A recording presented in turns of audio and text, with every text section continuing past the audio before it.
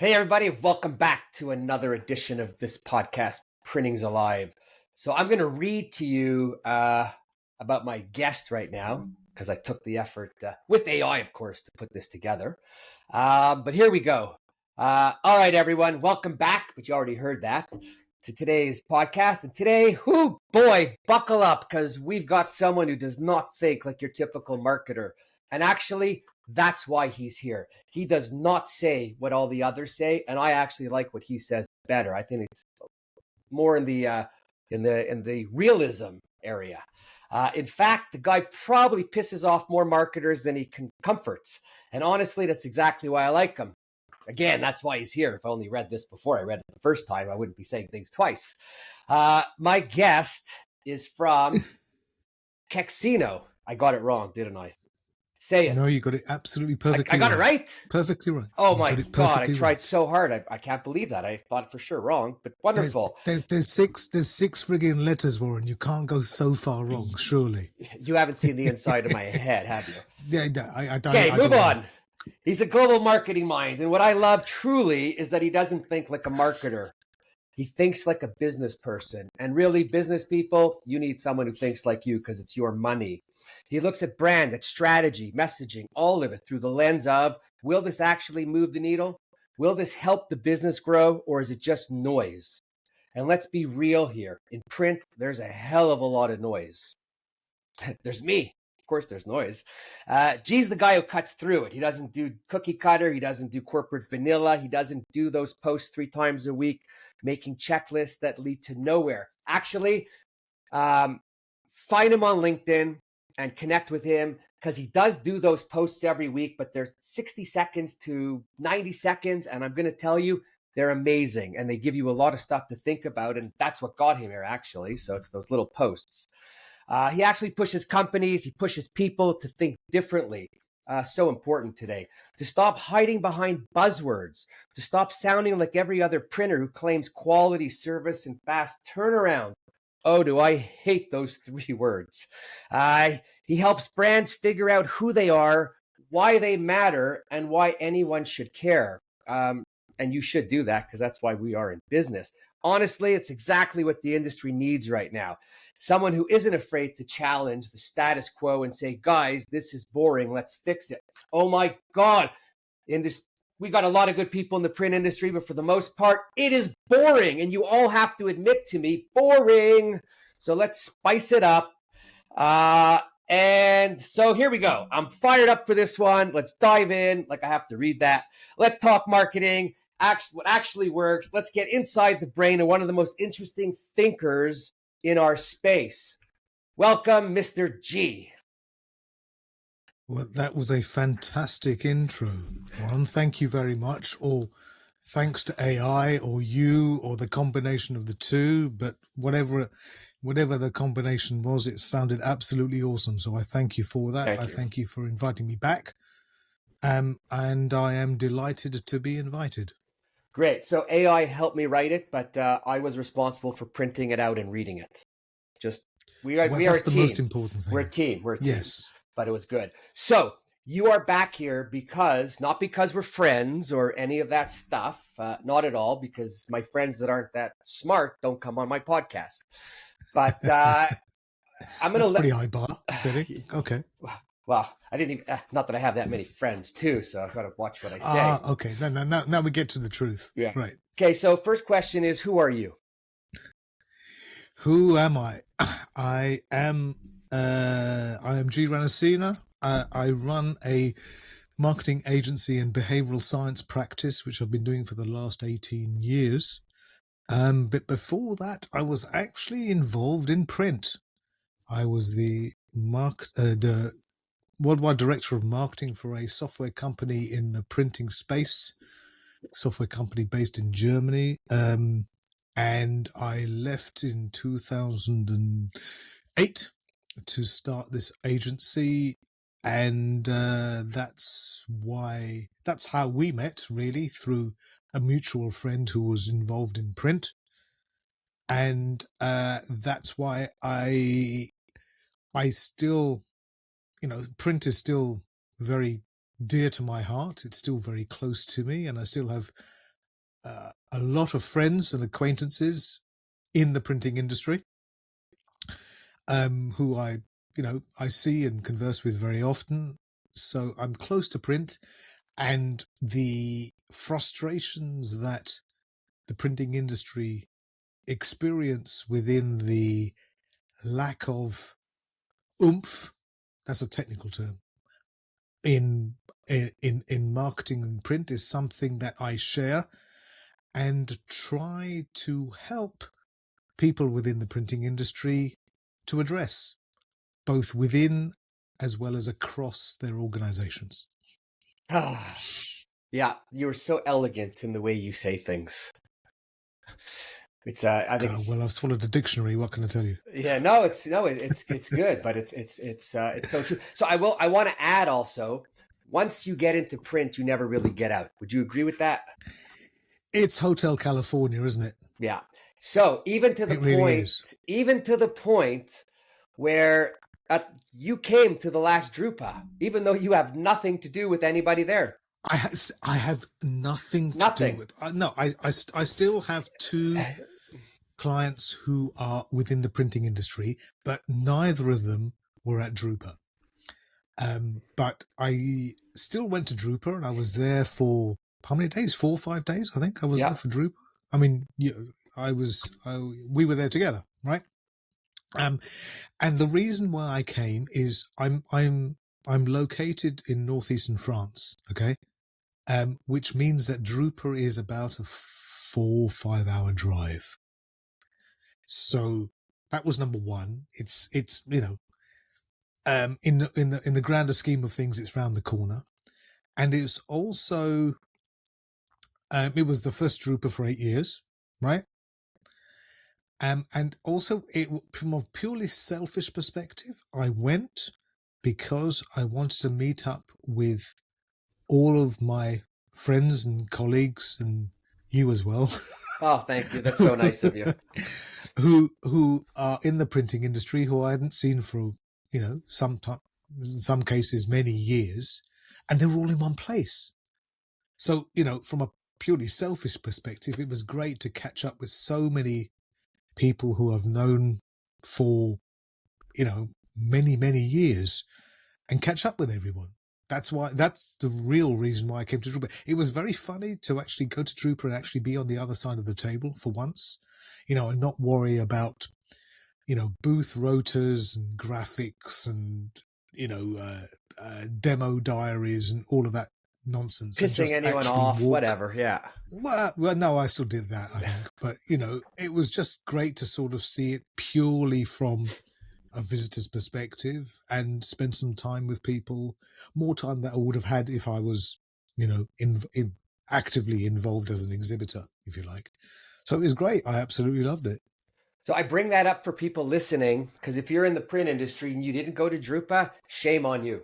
If you didn't go to Printing United and it's near you, shame on you twice. My point is, you got to go to the shows. You got to support the industry, and you go for the meeting of people and the ideas.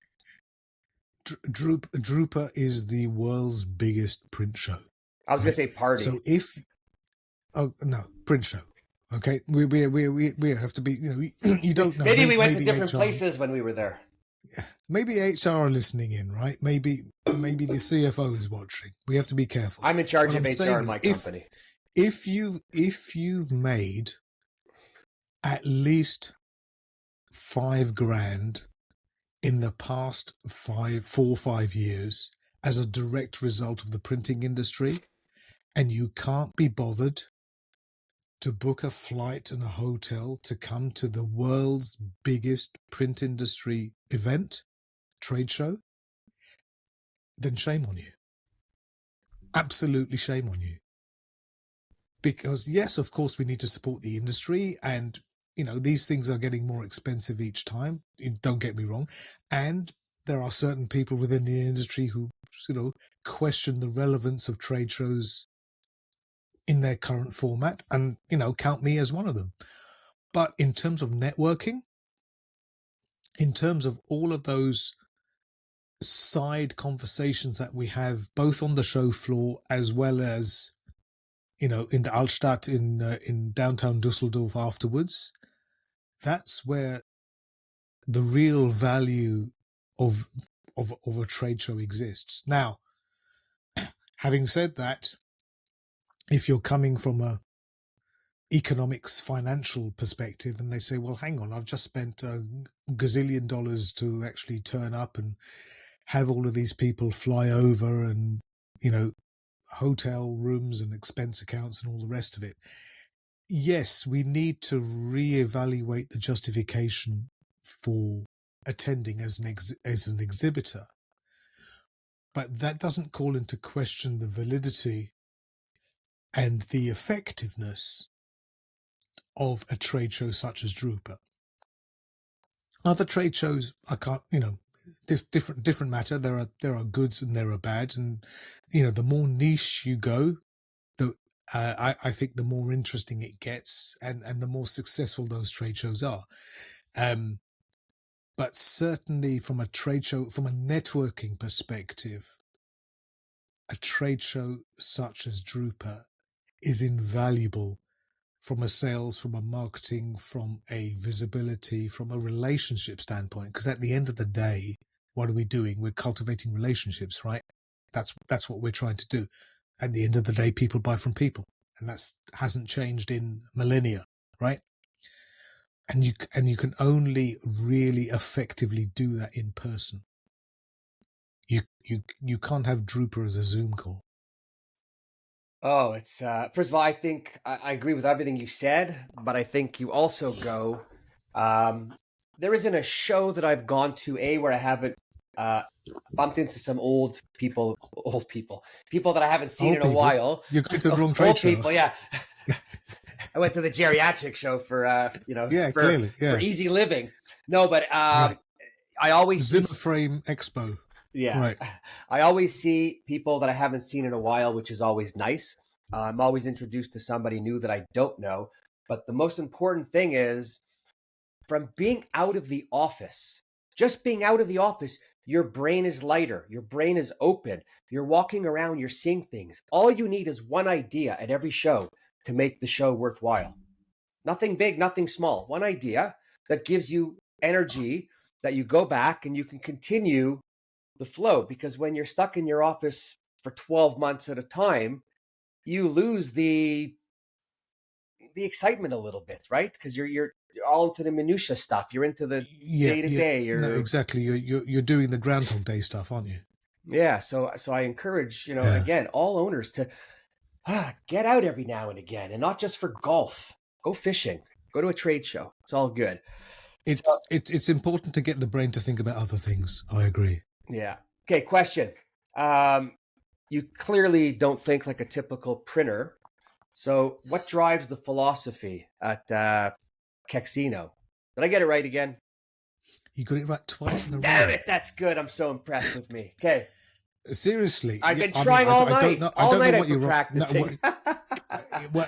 It's. I even have the phonetics that I wrote down. It's paying off. Okay, answer my question. What drives your philosophy? The reason why I do what I do is because I am constantly ashamed by the level of what we call marketing within the printing industry, because it's not marketing. No, I have to put a caveat in there, right, before I get. No, there's no backtracking. I get already flamed. said no. There's no backtracking. It's a caveat. It's not backtracking. Okay, there are unfortunately too few organizations in our industry who get it, who understand what needs to happen, who have experience, education, whatever, in marketing with an uppercase M, and not conflating marketing with promotions, which unfortunately I would say at least 90%, if not higher, of the printing organizations that I am exposed to on a regular basis are guilty of being. So if I can, in my own way, if I can just enlighten people to what marketing actually is from a strategic standpoint. Because people look at strategy, business strategy I'm talking about, right? Not necessarily marketing strategy. They look at business strategy and they look at marketing strategy or marketing the overview, and they see these things as two separate things. I think over the next few years, we will understand that marketing, strategic marketing and business strategy are actually, ready for this, one and the same thing. No kidding. And you know what most They're companies don't one. have? Either. No. The thing is, if you speak to 99% of, okay, sweeping generalization, right? You speak to 99% of companies who are having their, strategic executive retreats in the middle of, I don't know, wherever it is, sort of sunny and warm, and there are long drinks with ice cubes in there, right? You're having these strategic meetings, and it's like, okay, how do we need to pivot? How do we need to remain relevant in the minds of our new and existing customers, right? 9 times out of 10, marketing won't even be invited to those things because they think marketing is a cost, right? They think it's a consequence of doing business, but also because they think marketing is promotions, communications. It's just the tactical stuff that comes out at the other end, right? It's the 1/10 of the iceberg above the waterline, and they don't understand all of the strategic elements, the research, the targeting, the positioning, the objective, the qual, the quant, all of the other stuff that you do if you're a real marketer, capital uppercase M, before you get anywhere near any of this tactical stuff.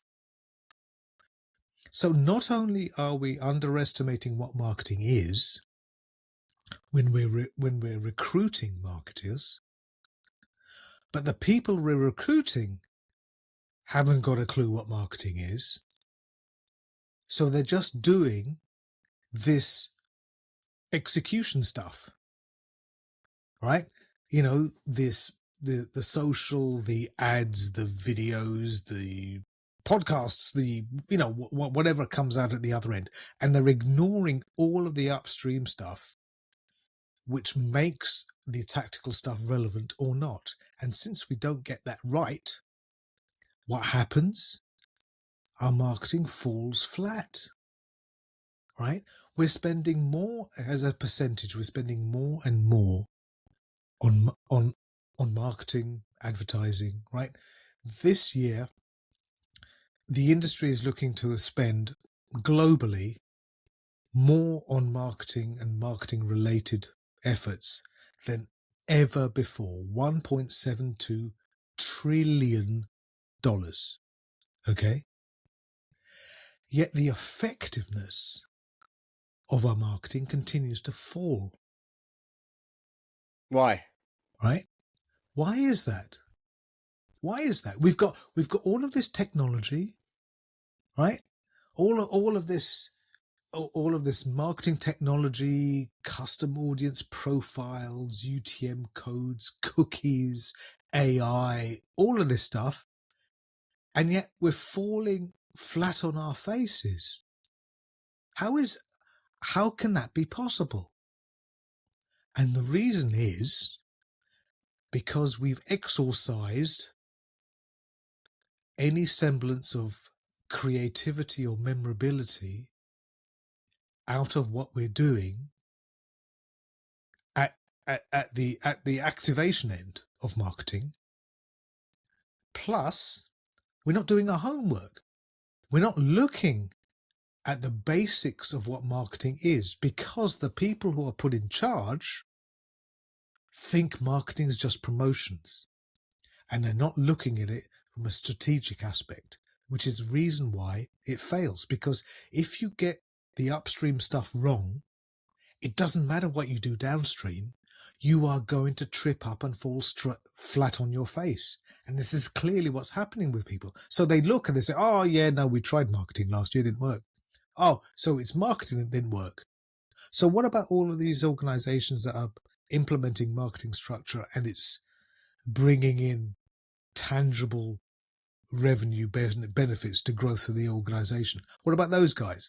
Oh, well, they're bigger. Oh, they've got more resources. Oh, they're using whatever it may be. They want to come up with excuses. But the truth is because they're doing marketing properly. They have people in charge of marketing, either within or external to the company, who are experienced and educated in actual marketing, proper strategic marketing that comes well before, positioning, branding, all of this stuff that comes well before any tactical stuff. And we're ignoring all of that. And so it's not a surprise when all of this stuff explodes in our faces. We are embarrassing ourselves, especially in the printing community, where we're exposed to some of the best tactical marketing on the friggin' planet from our clients, and we're not learning anything from it. We know what good looks like, but since we haven't done the strategy stuff, we can't apply that to our own businesses. I mean, how sad is that? That has been one of my angsts for the longest time. I was marketing for a long time, and all kidding aside, I didn't really know what marketing was. I was just putting out stuff to promote the company, Right. our name on big posters, big banners, dropping them off. Turns out at the end, I did some of it right because I wasn't pitching anything. We were just showing, right? Drop off. This is what we're up to, just building like that. But it's always been my biggest angst because I'm out there and I see my competitors, and there's a few of them that are really good, and kudos to all of you guys, girls. Yes. But there's not enough to talk about. That's why we talk about the other side who's not doing it right, because they're bringing the industry down. They need to elevate for many reasons. One, by elevating their position, their strategy, their place, they're going to do better in their own business. And then secondly, it's the messaging that we give to the rest of the business community about the print industry. And we take it back because there isn't a person I meet out there that is not in the print industry. He doesn't give me is print still moving, or is there still an industry? And I'm like, shut the fuck up.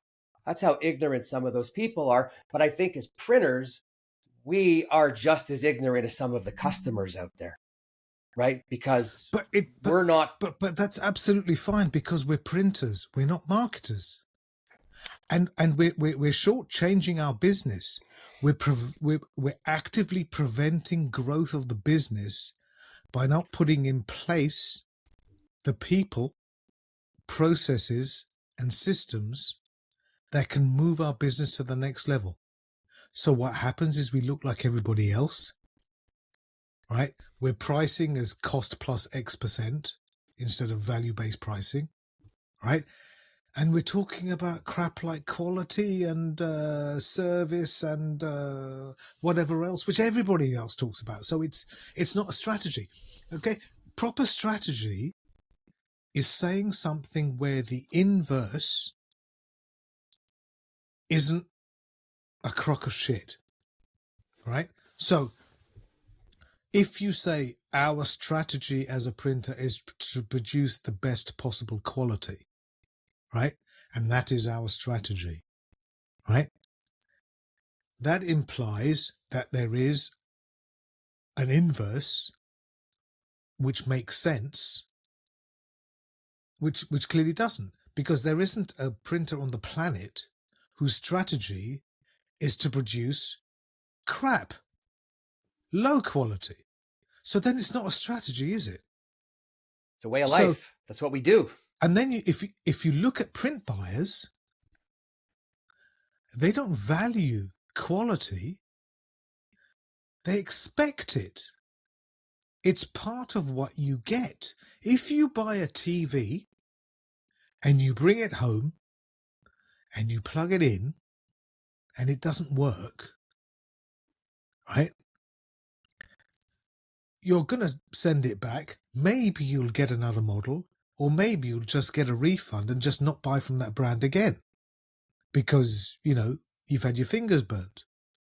Quality is table stakes. Quality is just, the barrier to entry. Everybody expects quality. Everybody expects customer service because they get customer service off the scale from all of the other organizations that they interact with, right? This is why I say things like,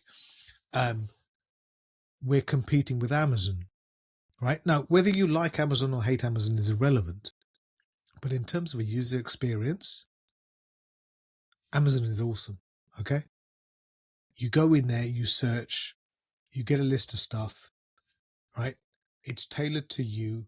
You get all of this stuff saying, this is what we recommend. This is the Every day best they selling stuff, recommend. right? And then at the end, you scroll to the bottom and you've got all of these reviews, which may or may not be true, but it doesn't matter because we are still influenced by reviews, right?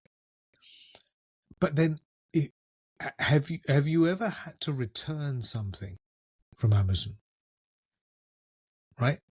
The process to return something from Amazon is as low touch as you can possibly imagine. You go through your order and you say, yeah, okay, this is what I ordered. I want to return this. Why do you want to return it? Because it was too big. It was too small.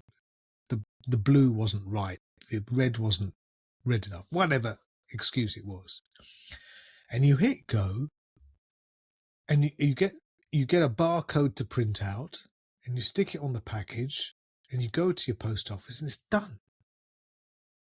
And as right? soon as they scan it, you get a refund. And then you get this callback thing.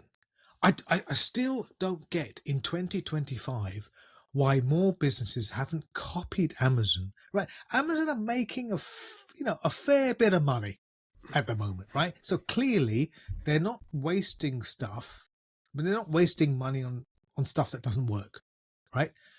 The callback stuff. So you go online and you have a problem with your order or it hasn't arrived or you need to return it and you don't know what to do and whatever else. And you have this call me button, right? You hit this button and seriously, it takes like 3 seconds and your phone rings. And you don't have to say who you are, what you've ordered, what you want to return, nothing. They already know all of that stuff. And they just say, how can we help? What's not clear? And they explain it to you and you explain to them and they solve it. And the whole thing takes like 27 seconds. Why don't we take a leaf out of Amazon's book and do that for other areas of our lives, of our commercial exchange, to commercial transactions? Oh, They just make it so easy. So what happens? We take the path of least resistance. The next time we want to buy some widget, where do we go? We go to Amazon. Even if it's not the cheapest, we just know that if there's a problem, it's just going to be so darn easy. Why aren't we doing that in the printing industry? because on our own personal time, we think about the amount of time that we spend doing something, right? We're looking at it from our side no. instead of customer doesn't Right. care. No, but I'm Customer saying doesn't give a shit. in business, why are we not doing it? Because that's just not how they don't think about the easy. I always say this: treat people the way you want to be treated, sell them the way you want to be sold to. Everything you do has to be a reflection of you. So you're not sending mixed signals, right? If you walk the talk and talk the walk, it's easier to get ahead with things. With a lot of people, I don't get it. They make suggestions when they're selling that they would never suggest to a family member, right? And if you wouldn't do it to a family member, don't do it to anybody else, because in the end, you have the same results. If it's no good, it's no good. It's I don't understand. I look at printers, messaging. It's not hard. When you talk about print company not doing, I think just about every print company deals with marketing people for some reason or another, Yes, right? absolutely. They So do. Yes, so what I suggest is you pick up the phone if you're the leader of the company, or if you're below and you want to, anyways, pick up the phone and inquire with them and ask them for a lunch, ask them for a meeting. You just want to pick exactly. their brains. You want to Pick their brains. understand. Yes, And you know what? Every absolutely. single one of them will be super appreciative that now you've taken it. Probably better your relationship with them if you show that you want to learn what they do for your own selfish reasons, right? To learn what you Absolutely. want to do in your business. And then Absolutely. maybe you Yes. go and you hire them for a small project. So now that we're talking about hiring, a couple things that I never understood. Why, when business gets tough, is the first thing people do is talk about cutting their marketing, when in fact, I think it's when you step it up. Because I think when you cut it, it sends a bad message within your own company as well, that people lose their motivation for continuing to go out and knock on doors. Because 95% of printing companies see marketing as a cost, not part of the value creation process of the business. Right? Right. Could your business exist without electricity? No. Could it exist without water? No. Could it exist without a roof over the plant? No. Marketing is as systematically endemic within the structure of the organization as utilities. And the reason why is because back in the good old days, when people would beat a path to our doors, well, all we had to do was put the open sign on our door and people would actually come in, right? We didn't have to market. Or we had our network, right? Or in the old days, our Rolodex, where we could call upon people who we knew to fill our order books. So the idea of marketing as a part of the value creation chain of any business is a bit of an anathema A what? to it's alien. I would never use that word, by the way, but yeah, I could never. Okay. Well, I got to write that down after. it's Yeah, okay. I'll send you the send spelling. it to me. Right. Right. No problem. It's something. It's so far away from what people understand marketing's role within the business, and it's shockingly obvious if you look at the state. If you look at the the P&Ls of most printing companies, it's clear that there's something missing. Until you can actually accept what marketing's role is with the business, and it's not about uh, fireworks and flashing lights and explosions and car crashes and Michael Mann movies and all that sort of stuff that we see at the end of the process, right? It's from a strategy point of view, in terms of the the basic questions that we should be answering. Okay, who am I targeting? Okay, and who am I targeting? The answer is not everyone. Okay, clue. Okay, how do we intend to target them? What is our position? Okay, in other words, what a tight definition of our brand image. Doesn't matter whether you call it the company DNA or value proposition, or you call it whatever you want, right? For example, it may be around the problem that we solve. Okay, what are our objectives? Okay, this is the biggest one that's missing from most marketing strategies. Okay, not the business objectives, not the sales objectives, not the tactical goals, but what am I trying to achieve with these efforts? And I don't mean, grow by 40% or increase market share or any other crap like that. I mean, these things aren't objectives, they're outcomes. Those Objectives are no, they're are prayers. Right. when you're talking numbers like Object. that. Yeah. Yeah. Okay. Yeah. Yeah. Grow by 40%. And clearly we're talking about, yeah, we're talking about Fantasy. Christmas, aren't we? Yeah. Right. But these sorts of things, they aren't objectives, they're outcomes. Objectives are the marketing levers that we pull. For example, an objective would be increasing the visibility in the consideration space, or driving page visits, or demand generation stuff, or increasing mental availability in X buying category. These sorts of things are objectives. Now, if we can bother to do that stuff, we're halfway there.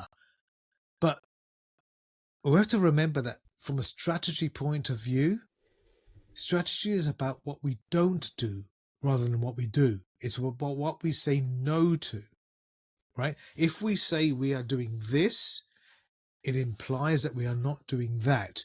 And doing that is very difficult for many printing companies, especially founder CEO-led printing companies who just want to say yes to everything, right? Regardless of whether that particular job makes money or not, right? But we're not a frigging charity here, right?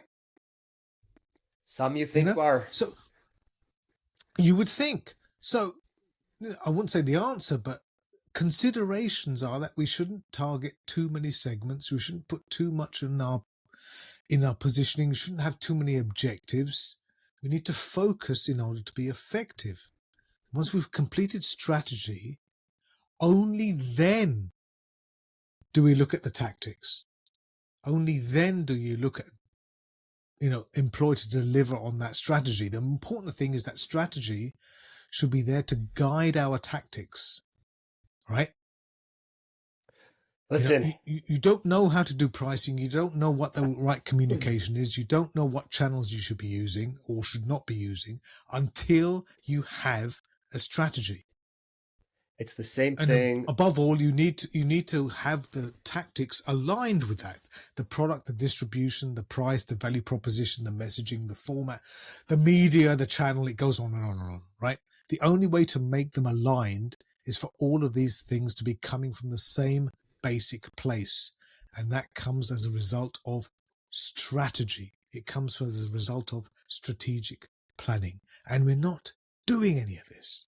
So I was going to say, if you're a print owner, an area that you could start this is when you buy equipment, because too many people buy equipment, same idea, right? The lease is up. We're going to change it up. We're going to go for that. I've done it myself, so I know exactly firsthand. And build it, they will come. But today it's not like that. So I think people should maybe start first understanding strategy when they're looking to buy a new piece of equipment that's going to require work on it. And I think part of the reason is we're looking for equipment to solve our business problem, right? Because that's how it used to be, right? How many salespeople do you know who are still crying out for a kit list because they still want to wave a kit list under the noses of the prospects that they're looking for and saying, oh, look, I've got an Okie Dokie 2000 and, I've got this kind of bindery and I've got this kind of, all of this crap. It's like, okay, so it's nothing to do with you as a printing organization. It's all to do with the kit you have, in which case we're reducing ourselves to the lowest common denominator. We're reducing ourselves to the capabilities or otherwise of the equipment that we have. In which case, there's always going to be somebody somewhere who's going to have the Okie Dokie 2000 version 2.0. So we're always going to be playing catch up, and we're never going to make any money because we're too busy reinvesting and buying new kit. But it's not about the kit. It's not about the kit, and we can't keep on. The thing is, historically, that's how we made our money. Oh, I'm buying from this printing company rather than that printing company because they have the capabilities for X, right? Special colors, embellishments, perfect binding, whatever it may be. I don't hear a lot of people on the customer side requesting lists of equipment. Nobody gives a shit anymore. Just, can you get it for me? Will it look good? And is the price that I'm buying it at good? I think it's changed, but I also think that unfortunately many people in print sales are of a certain age where that's how you sold. Oh, you mean the And legacy they haven't, salespeople? yeah, and they haven't been able to adapt. Because I mean, I'm not just talking digital here, right? I'm No, talking everything. offset, right? And that was the way that you sold in the past. And if that's the way that you sold and that's the way that you earned your commission, to change that, to talk the new language of the print buyer, for many print salespeople, that's legacy print salespeople, that's difficult. And the thing is, the majority of print salespeople are legacy print salespeople. How many new print salespeople do we have in our industry? Or more importantly, how many new print salespeople do we have in our industry that stay within our industry? Good question. What are we doing to keep them? Or is it just a stepping stone job until they actually find what they want to do? Why can't we make what we do what they want to do? Oh, that's a whole other podcast on It is. well, what we do and what we don't do. So, I'm laughing now because I'm thinking companies, I'm thinking strategy. Does it help a company when a salesperson has on their business card sales and marketing? You can't do sales and marketing. It's impossible. I'm just setting you up for the answer. Yeah, I know. You set them up, I knock them down. That's the game, right? It is impossible for somebody to be in charge of sales and in charge of marketing because they are two different disciplines and they have two different end goals, right? The way I compare it to are car headlights, right? So car headlights, you can have dipped headlights and you can have full beam headlights, right? When you're driving along country lane, right? So when you're driving dipped headlights, you can see the next 50 yards, 75 yards, possibly ahead of you, right? Anything more than that, you can't really see. Okay. That's sales. Sales is focused on what I can close in the next 30, 60, 90 days. That's all I'm focused on, right? If somebody's coulda, woulda, shoulda, maybe is going to buy this time next year, yes, I'll put a mental bookmark in there, but I'm not going to waste any time on those guys because I've got quota to make, I've got commissions to earn, and I'm focused on what I can close in the next 1, 2, 3 months. That's sales, right? So back to the headlight analogy, you go full headlights, right?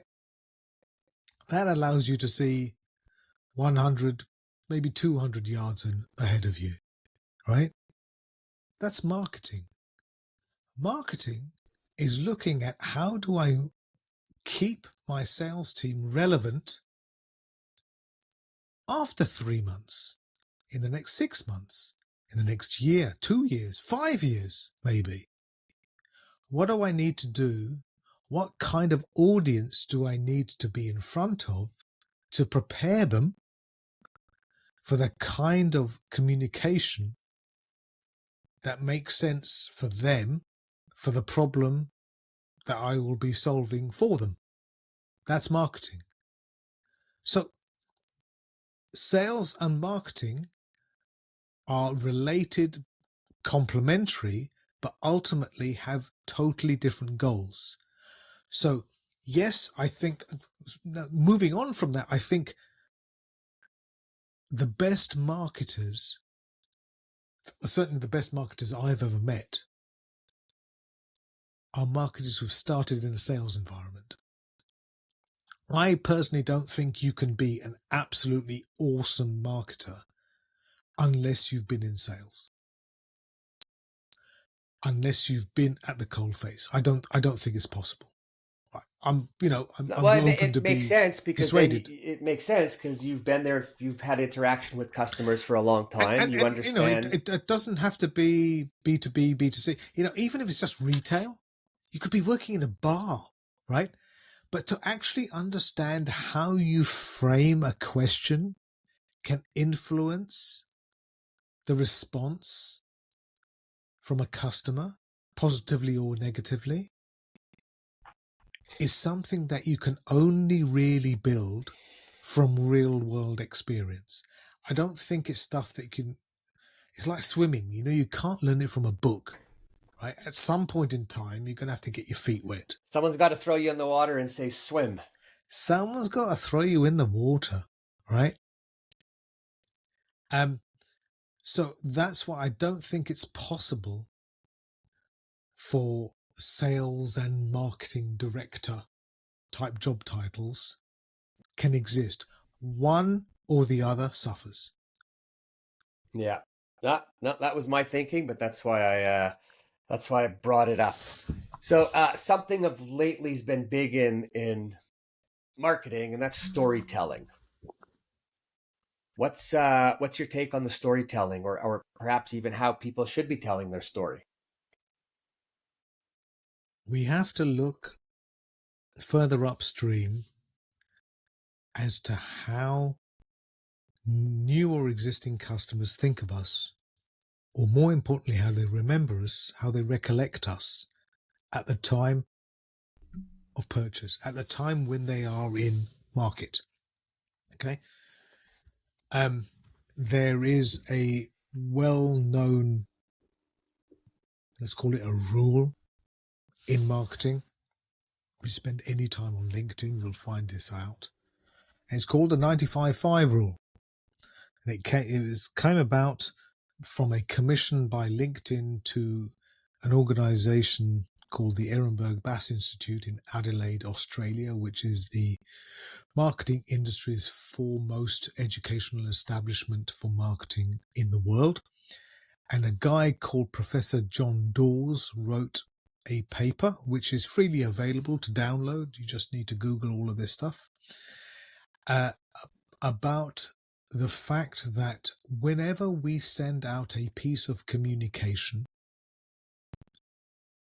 95% of our total addressable market, people who could be buying what we're trying to sell, are not actually ready to buy at that precise moment in time. Right? It's a timing thing, right? They may be ready to buy tomorrow, next week, next month, next year, but we don't know because we don't know what their particular buying cycle is. What we do know is there's only 5% which are what we call in market. 5% of the people who are actually looking to buy what we're selling at that precise moment in time. The thing is, and this is primarily in a B2B situation, which is what we're talking about for print, right? Unless we go web to print, but that's a different kettle of fish. So if that's the case, when somebody is looking to buy what we sell, we need to be front of mind so that when they think of, oh, I need a bit of print to solve my particular problem, who am I going to use? We need to be one of those providers that come under consideration for that customer. And the only way we can do that is to be in their mind prior to them making a consideration list of whom they're going to buy from. Right? So that means that we need to be in their face at a subliminal level, at a low level, prior to them being in a buying phase. The issue is that most printing companies are expecting a cause and effect action from their promotional efforts. They think that if you open the tap, and start talking about, hey, we're a printer, we're going to help you print because we do super high quality and our people are great and our turnaround to all of this total crap, right? And they turn the tap on and then they wait for the phone to ring. Or they wait for the inquiries at email to start going crazy. But it doesn't work like that, right? Ever. There's no cause and effect. It's never like a, bang one of those little rubber hammers on your knee and you're going to get a kick reaction. It doesn't work like that. Also, there's inertia. Okay. What we do in marketing today takes some time before we see results. Now, the time depends on the particular buying cycle of our client. Well, actually, Right? I'll interject for a second, because in the old days, there was a couple sales gurus who would say that it was 10 paddles or touches before you got somewhere with a customer. You're right. 10 times you had to meet them, see them, drop something off, leave something so that they knew who you are. Today, I think it could be 13 or 14 because it's gotten a little harder to reach people even. But it's just gotten a little more, you have to be a little more targeted, I think. Yeah, I don't think we put a number to it. But I think that what are we trying to do as marketers, right? All we can do as marketers is create the durable memory structures in the brains of our customers so that when they are in a position to buy, they think of us as well as probably a bunch of competitors, right? But we are on that list. And that list is maybe 3 companies long, 5 companies long, 7 companies. It's usually always an odd number. Right. But that's how the brain works. And we can talk about that at a different time because we haven't even talked about behavioral science, but we won't even go there. The point is, I haven't researched behavioral science yet. I'll do that for next time. Okay. No, that's we'll do that as a part 2. The point is, if we're not on that consideration list at the point that they're ready to purchase, the chances of us barging our way into that consideration list after the fact is virtually zero. Right? Once people have a list of possible suitors to address their issue, the chances of us choosing as a consumer, as a client, choosing somebody who's not on that list is infinitesimally small. So what we need to do is we need to come to mind when they're forming that list. And we're not doing that. We're looking at this cause and effect thing. Turn the tap on, wait for the leads to come in. Once we've got enough, we turn the tap off. You got to maintain Rinse consistency. and repeat. Right? Then we need to split our marketing into 2, I wouldn't say halves, but to 2 different branches. We have the brand awareness stuff, the brand marketing, which is why choose us, why we're great, why we're different, why you should look at us as opposed to the other people down the road, okay? Or on the other side of the world, whatever it may be. What makes us different, why we are great, and why you need to do business with us, that sort of stuff, right? As well as the performance marketing. It's called performance marketing, but I hate the term because it's like, well, why would you do marketing if it doesn't generate performance? Right. You don't want non-performance marketing. More buzzwords. Performance marketing is the buy one, get one free delivery until the end of the month, also available in blue, all of that sort of pushes you over the edge to make a decision today rather than tomorrow, that sort of stuff. Okay?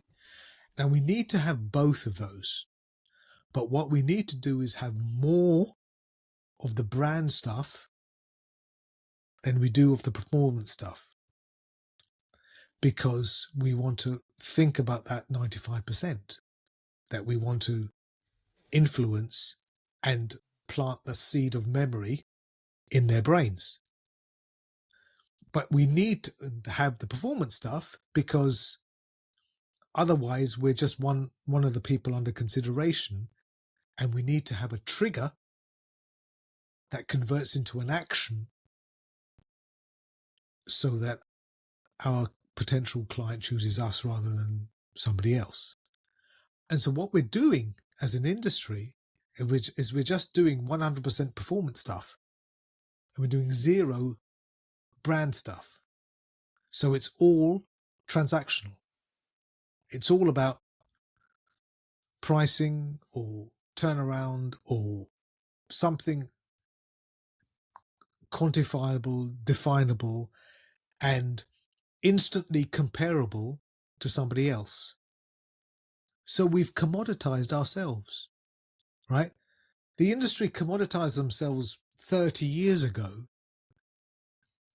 by choosing to compete purely on price. So I have another right? question. And now what we're trying to do is to reverse that and try to compete against things other than price. But that requires time, education, and it requires a change in outlook as to the type of communication that we're pushing out to new and existing customers, which we're not doing. So it's Sorry, go ahead. No, I'm kind of chuckling because my next question that I had written down was, why does personality matter more than ever now when you're selling? People buy from people. I'm asking it because it's a reminder, because I don't hear enough people actually saying that or thinking it. They still think it's something the company's going to do first, or a price, or and it's people.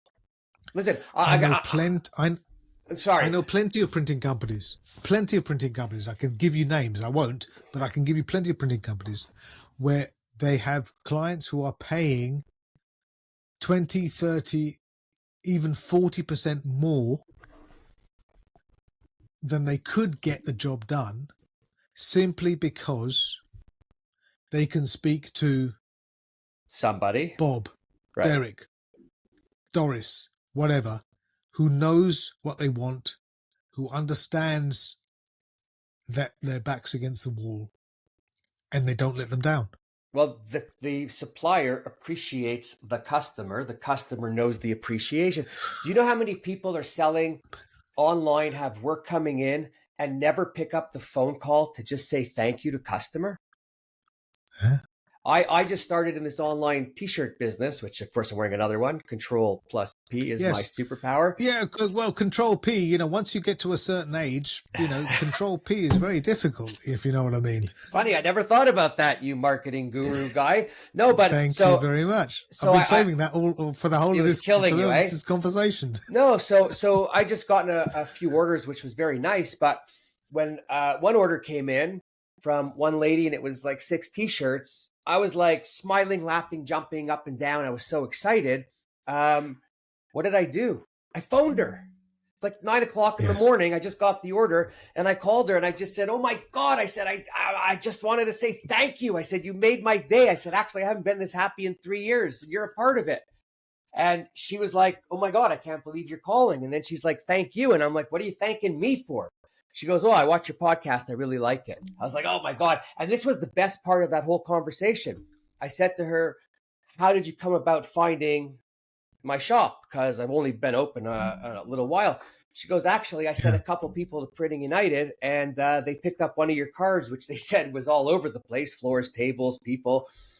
Brought it back, showed it to me. I looked and I loved it, and I bought it."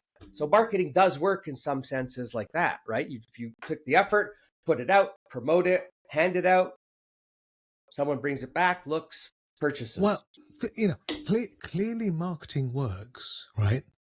Because otherwise, companies like P&G and Unilever, right? The biggest and second biggest consumer advertisers on the planet, right, wouldn't spend the money, right? I mean, these are publicly traded companies, and if they have a fiduciary responsibility to their shareholders and they can reduce costs, they would. So clearly, the shit works if you do it properly. If you do it properly. But we're not. We're not joining the dots together properly. We're trying to circumvent the hard stuff. And it shows because our marketing sucks. Oh. I just want to scream. I want to scream and I want to strangle some people because I find it really sad how we regard as a majority our own industry. And I happen to love it, scream it, wear it. Yeah, I got even print ink on my body. But mate, we get what we deserve. Right? Hey, talk for yourself. We get what we deserve. I deserve more. Maybe. But maybe. No, I just think it's the pride thing that has to come back. And there are plenty of people that have it, but there's a lot more that don't. And anyways, so listen, I got one more question. Actually, I got a lot more questions, but we don't have the time for them all now. So my one question, and it's probably a long answer, but maybe you make a shorter answer. Oh my goodness! Right. Okay. You know what? Do whatever. No pressure. Say what the fuck you want. That's fine. How does a printer build trust in a crowded market? That's easy. So then it shouldn't take that long. That's easy, but by being who they are as an organization, from differentiation, right? Why do people buy from us rather than somebody else? Okay. What do we mean when we talk about differentiation? Okay, differentiation, marketing term. But really, what is it? It's very simple. It's how we choose to stand out, how we choose to distinguish ourselves from what our competition are selling.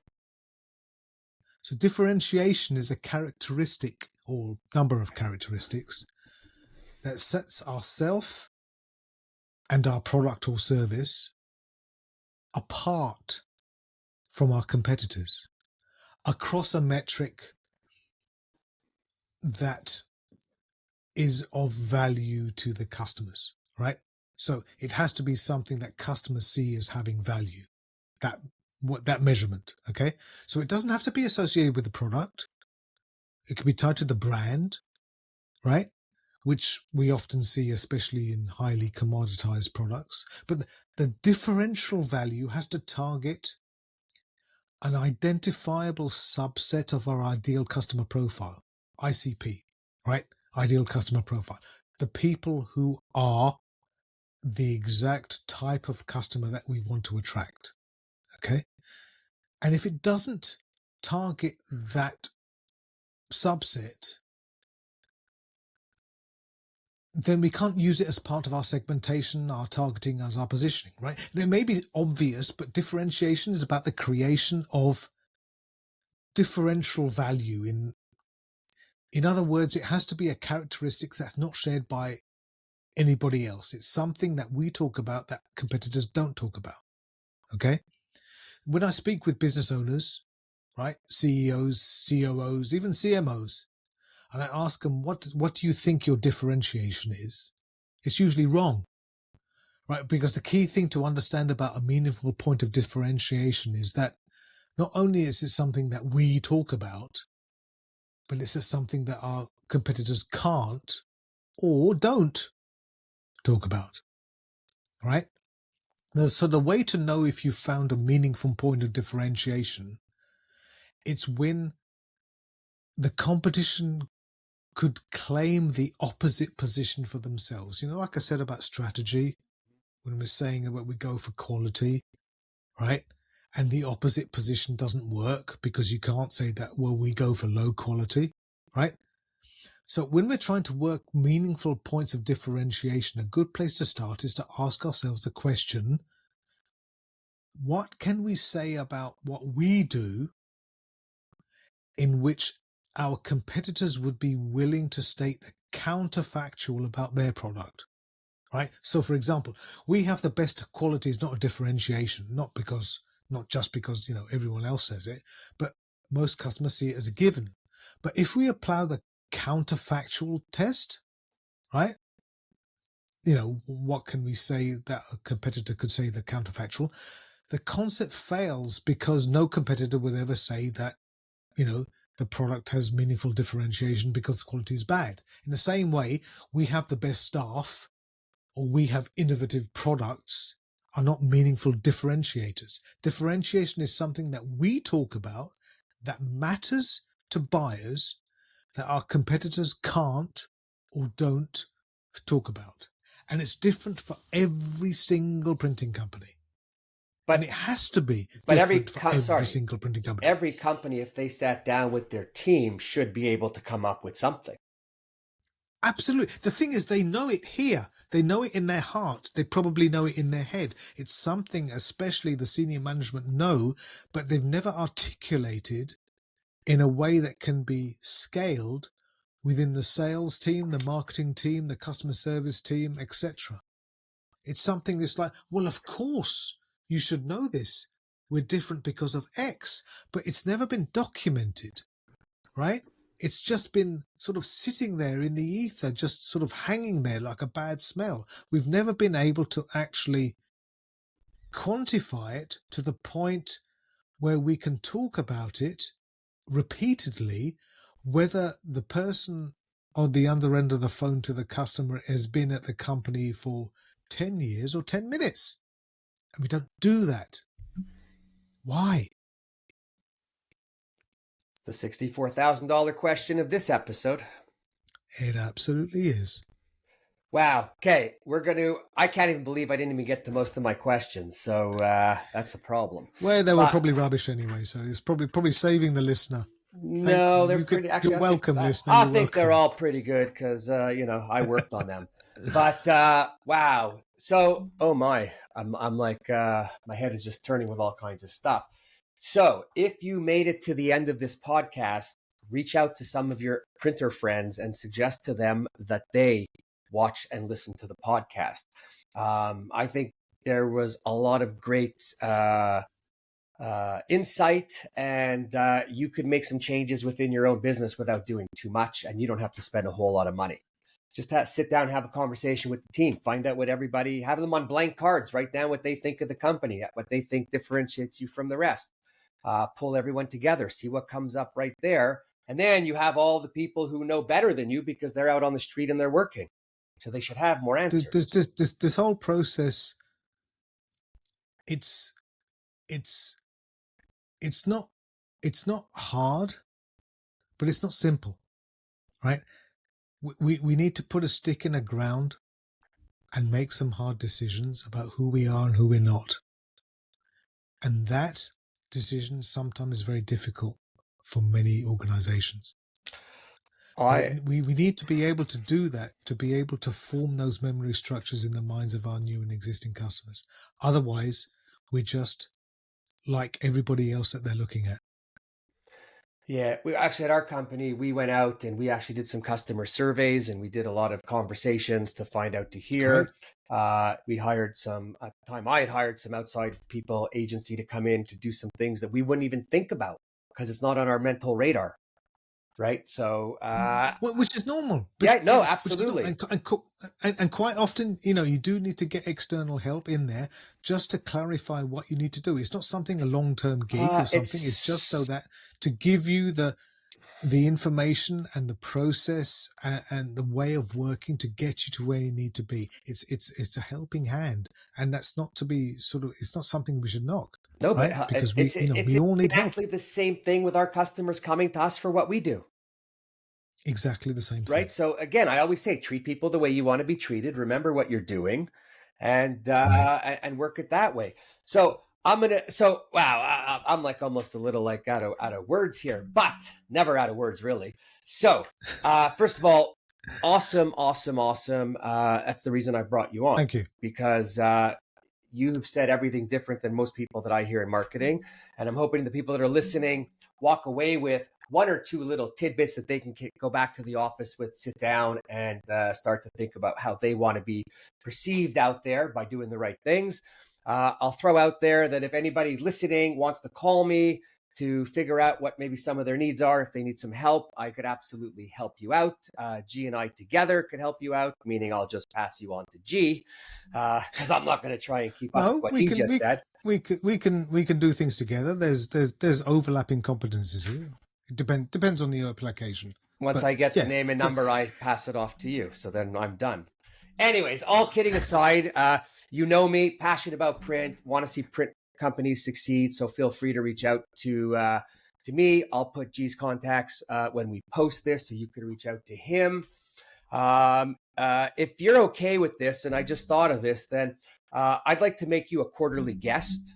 I don't really have quarterly guests, but you were talking so Sure. different. You were talking so different than other people that I think people can use a fresh flavor. And I would encourage anybody listening to try some of the things that were discussed. You don't have to spend money. Try them. And, It's not about money. It's about making a decision. Right. That's what I'm saying. You could try. It doesn't cost Yeah. anything, right? Before you get Right. to anywhere else. So, all right, we're going to leave it at that. But I'm tired from listening to all that, and in a good way. No, in a good way, because I've always talked about marketing. I always talk about what people don't do. I talk about me learning marketing, and I didn't know when I got into it. It just happened. I learned what a brand was. I didn't know what a brand was before. Now it seems like everything's called a brand. But anyways, leave that for another day. Too many things are called brands. That's for next quarter. That's the next quarter. So, G, anything you want to say to everyone before I cut you? 4 words. Listen to your customers. Spend more time listening to customers. That's more than 4. We don't do enough of that. Oh, it's 4 with each thing you say. Okay. Listen to your customers is 4 words. That's going to be a post. Listen to your customers. I like that. And it's true, by the Okay. way. So thank you for all of your, great It was thoughts. a pleasure. I absolutely enjoyed myself. Everybody else, I'm so happy you made it to the end. Thank you. As always, reach out to me if you want to know something, if you want to be on the show, if you think someone else should be on the show. Otherwise, go out there and just keep printing. Love you all. Ciao for now.